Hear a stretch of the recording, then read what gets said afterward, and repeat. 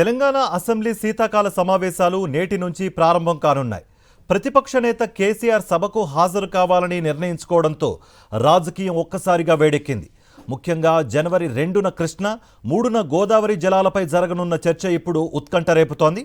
పాలమూరు, రంగారెడ్డి ప్రాజెక్టుపై కేసీఆర్ ప్రభుత్వాన్ని నిలదీయనుండగా మేడిగడ్డ వైఫల్యాలు, పాత ఒప్పందాల ఆధారాలతో సీఎం రేవంత్ రెడ్డి కౌంటర్ ఇచ్చేందుకు సిద్ధమయ్యారు. ఎన్నికల హామీల అమలుపై కేసీఆర్ విమర్శలు, అధికార పక్షం ఇచ్చే సాంకేతిక సమాధానాలతో సభలో యుద్ధ వాతావరణం నెలకొననుంది. అసెంబ్లీ మండలి స్కెడ్యూల్ను ఖరారు చేసేందుకు అసెంబ్లీ వ్యవహారాల సలహా కమిటీ ఇవాళ సమావేశం కానుంది. శీతాకాల సమావేశాలను ఎన్ని రోజులు నిర్వహించాలి, ఏ అంశాలపై చర్చ చేపట్టాలన్నది నిర్ణయిస్తారు.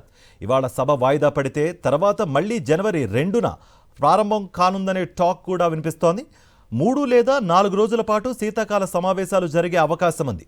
అలాగే అసెంబ్లీ డిప్యూటీ స్పీకర్ ఎన్నిక కూడా జరిగే అవకాశాలున్నట్లు తెలుస్తోంది. ఇక నదీ జలాల పంపిణీ అంశమే ప్రధాన ఎజెండాగా ఇవాళ అసెంబ్లీ శీతాకాల సమావేశాలు ప్రారంభం కానున్నాయి.